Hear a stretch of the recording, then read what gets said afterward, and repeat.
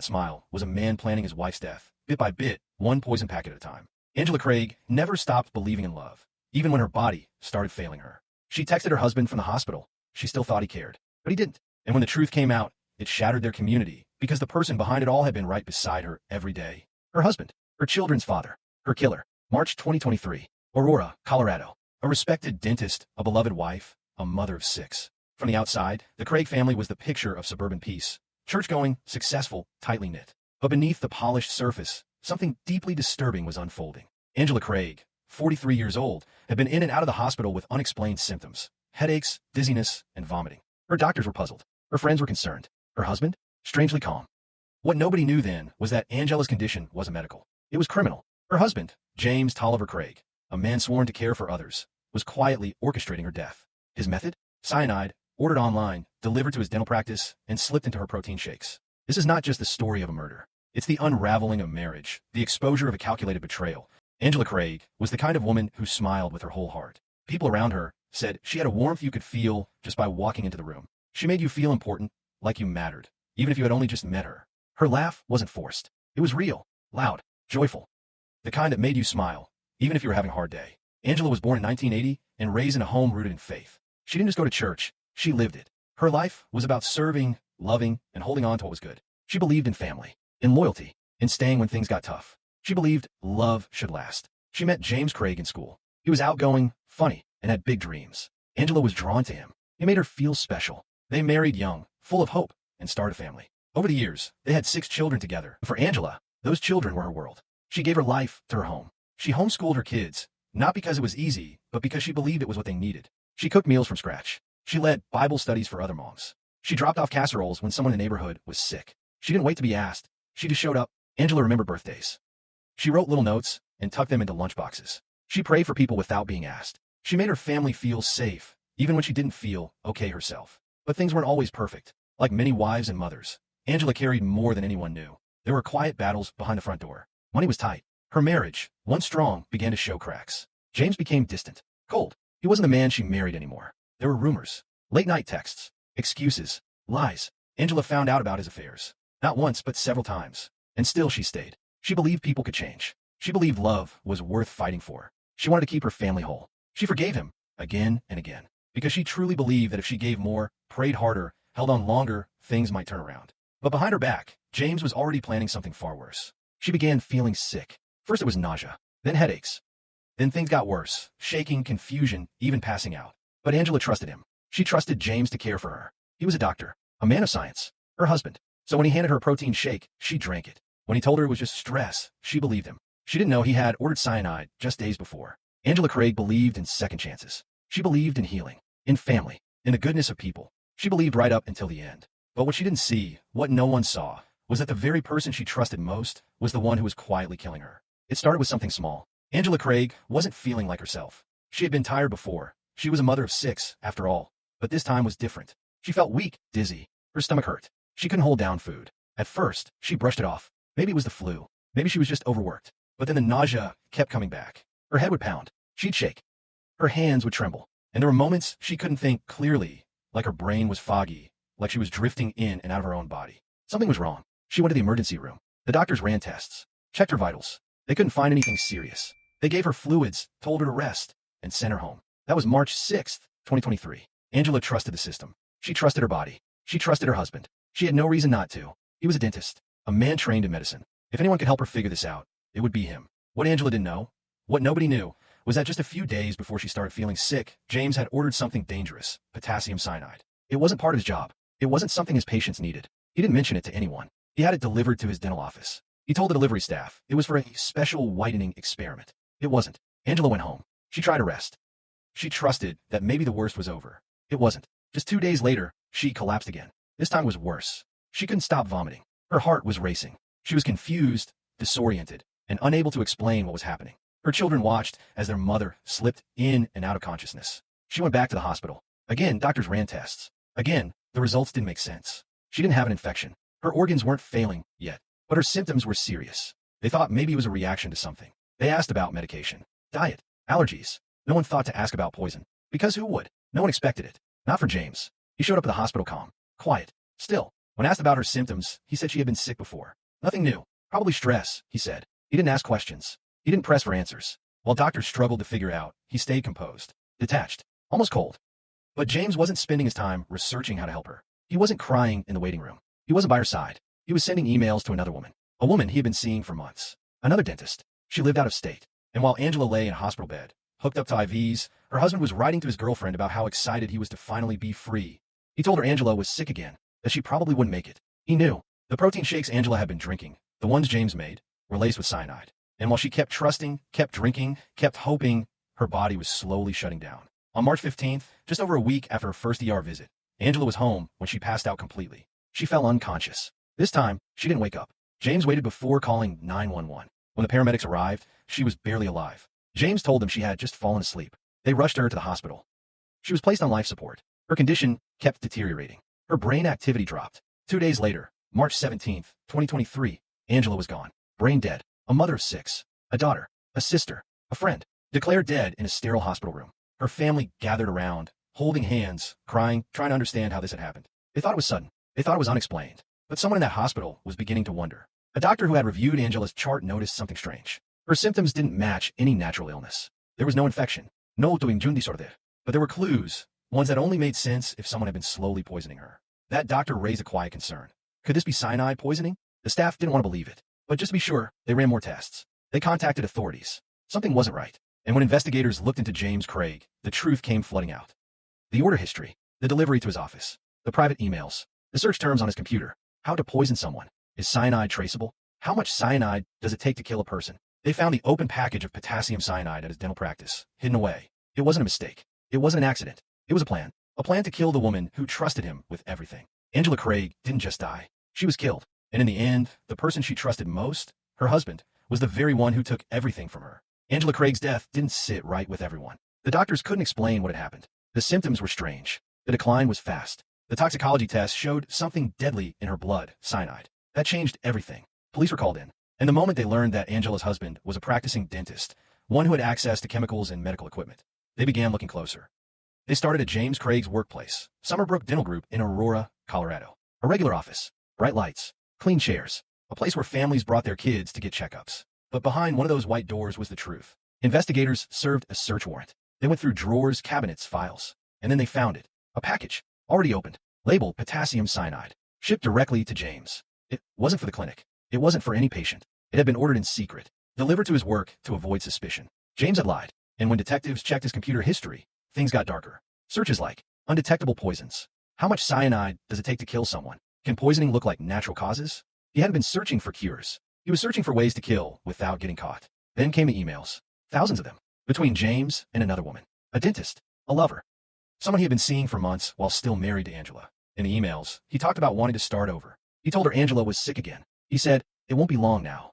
Angela was lying in a hospital bed, fighting for her life, and her husband was planning a future without her. Detectives kept digging. They found that James had tried something like this before. According to a coworker, Angela had been mysteriously sick last year, with the same symptoms. But she had recovered. At the time, no one thought to question it. Now, it looked like James had been testing the waters. He wasn't sloppy. He had a plan. He used his dental knowledge to order chemicals without raising alarms. He used his work emails to avoid leaving traces on her shared devices. He told no one, not his staff, not his kids, not Angela. And when she started getting sick, he played along. He acted concerned. He visited her at the hospital. He made smoothies at home, one of which she drank just before collapsing. But he never told doctors she had been exposed to cyanide. He never tried to save her. Instead, he sat at his desk, writing to his girlfriend, saying, soon, we'll be together. Police also checked delivery records. The package that contained the poison had been signed for by a dental assistant, someone who had no idea what it was. When questioned, she said James had told her it was for a teeth whitening experiment. She didn't think twice. He was the boss. But once investigators saw the full timeline, Angela's first symptoms, the date the poison arrived, the emails he sent, the searches he made, it all lined up too perfectly. It wasn't random. It wasn't rushed. It was planned. Everything pointed to one conclusion. James Craig wanted Angela out of his life. But instead of filing for divorce, he chose death. Quietly, slowly, from the inside out. By the end of March 2023, the case was airtight. Police arrested James. He was charged with first-degree murder. Angela's story was no longer just a tragedy. It was now a case file. And her husband, the man who promised to protect her, was now her killer. By the end of March 2023, the case against James Craig was no longer just suspicion. It was proof. The cyanide found in Angela's body. The poison ordered to his dental office. The Google searches. The emails to his girlfriend. The lack of urgency as Angela died. The silence when she begged for answers. There was no more room for doubt. So on March 19th, James Tolliver Craig was arrested by the Aurora Police Department. He was taken in quietly. No struggle, no emotion. Just a man in a clean dentist coat, now in handcuffs. When the public heard what happened, the response was shock. This wasn't just anyone. James was well known. A dentist, a father of 6, a man who smiled in family photos and volunteered at church. Nobody expected this. Nobody believed at first that someone so trusted could be capable of something so calculated. But the evidence was too clear. The news broke quickly. Headlines read, Colorado dentist charged with wife's poisoning. Cyanide murder in Aurora. Respected family man accused of cold-blooded killing. People wanted answers. The media surrounded the courthouse. Family, friends, even patients showed up trying to understand how the man they knew could do something like this. Angela's family sat in the courtroom that week, quiet, grieving, holding each other. They listened as the prosecutor laid everything out. The order for potassium cyanide. The fake explanation James gave. The emails where he told his mistress, Angela's almost gone. His complete lack of reaction during her medical crisis. The judge read the charges. First-degree murder. Tampering with evidence. Attempt to commit second-degree assault. James didn't say much. In his orange jumpsuit, he kept his head low. He didn't look at Angela's family. He didn't cry. He didn't try to explain. He just sat there, stone still, as if none of it mattered. His defense attorneys tried to come up with another story. They claimed he had ordered the poison for something dental-related, that he never meant for anyone to die, that maybe Angela had taken something accidentally. But those excuses didn't hold. The judge and jury saw through it. No one orders cyanide by mistake. No one writes emails planning a new life while their wife is dying, unless they already know how the story ends. Then came the most painful moment of all. Angela's teenage daughter took the stand. She spoke softly, barely able to get the words out. She said her mom had seemed scared, that she had confided in her, that something fell off. She kept saying she felt like something was wrong. She didn't know what it was, but she was scared. The courtroom was silent. Some people cried. Others shook their heads. Even the judge paused before continuing. Angela's sister also spoke. She talked about watching her big sister suffer, how she stayed up all night hoping Angela would pull through, and how she now had to raise 6 children, her nieces and nephews, because their father took everything away. It wasn't just a trial. It was a funeral in slow motion. Each piece of evidence, each testimony, each memory of Angela added weight to the truth. That this was no accident, no misunderstanding.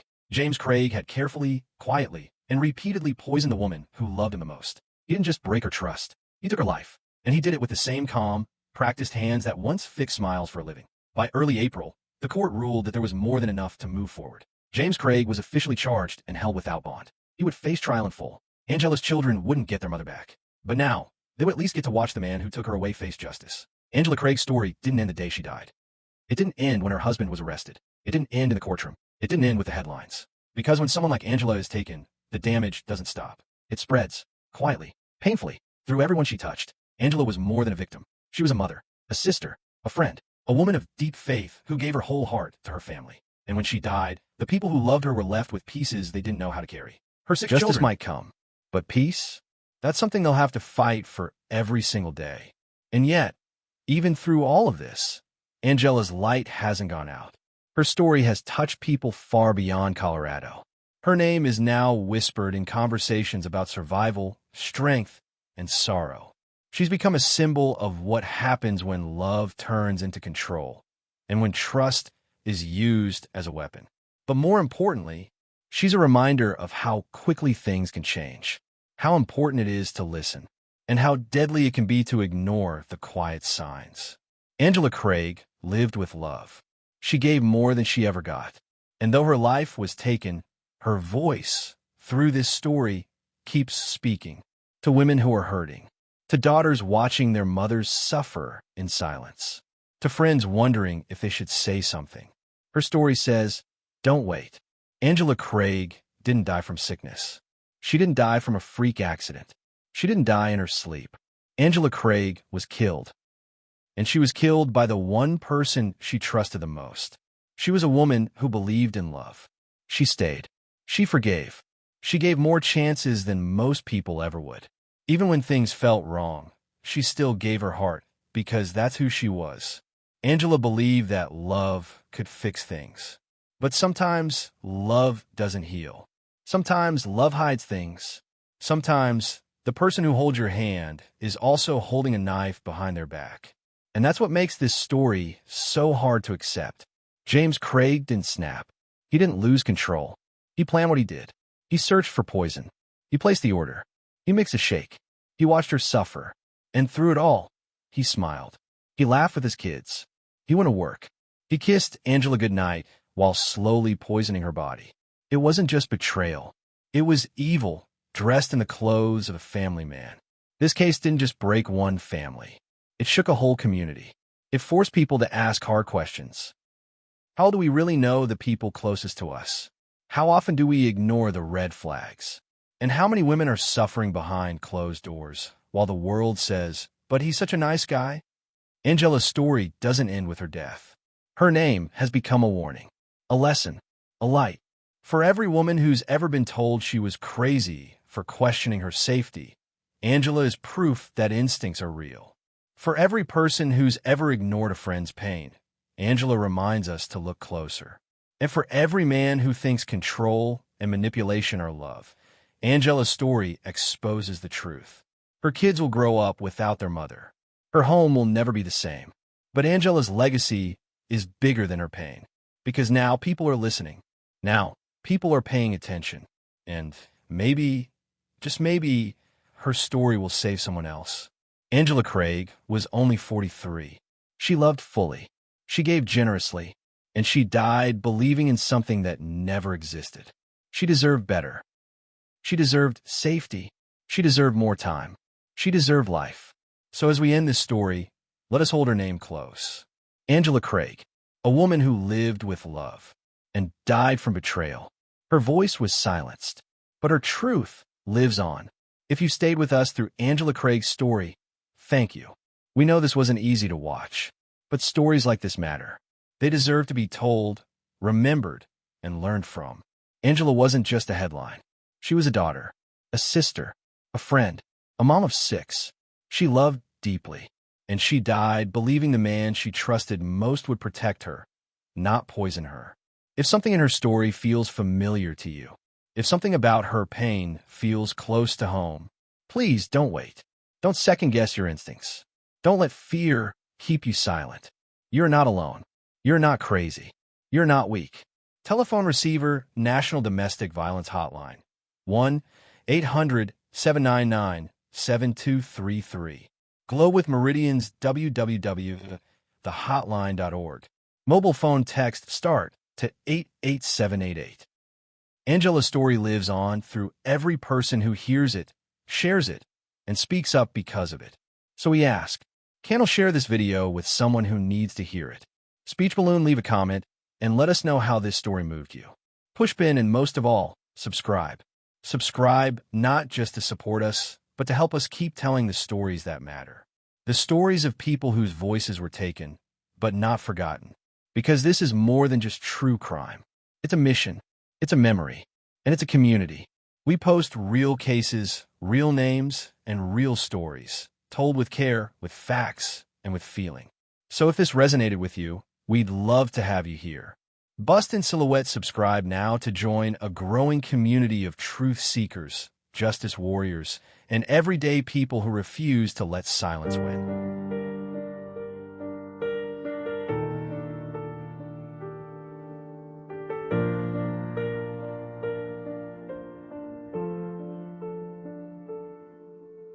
Blood on the hallway tile, coffee still warm on the stove. Blue tape flashing red outside, phone keeps ringing in the smoke. You said I'll be home by 9, now your picture's on the wall. I sit in this bright lit room, but a shadow's in it all. There's a shadow on the evidence, dark stain on every line they print. Every answer feels like it's missing you. I replay the minute that you slipped from view. There's a shadow on the evidence, on the statements, on the fingerprints. And I swear in every frame I see what they can't see, what they can't see is haunting me.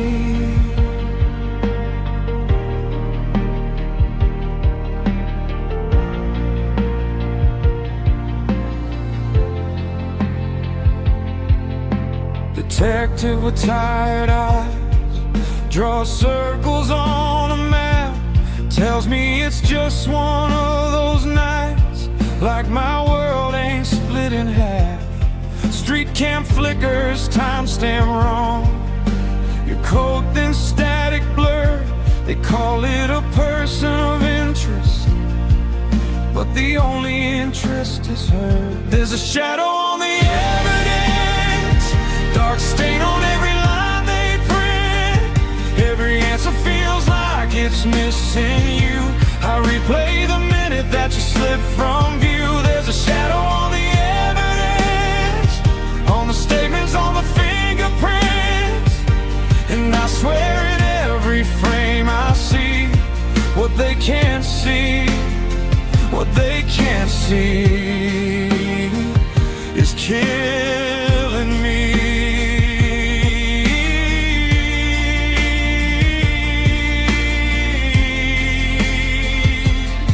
If I scream your name in this cold lit hall, will the cameras ever turn back time? If the truth is buried in a case file box, why's your voice still echoing in mine? Every light they shine just makes one more place the dark can live.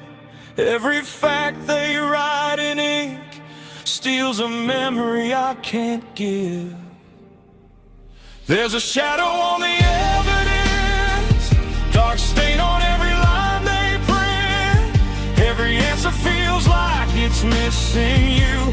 I replay the minute that you slip from view. There's a shadow on the evidence, on the statements, on the fingerprints. And until they finally set you free, what they can't see will live.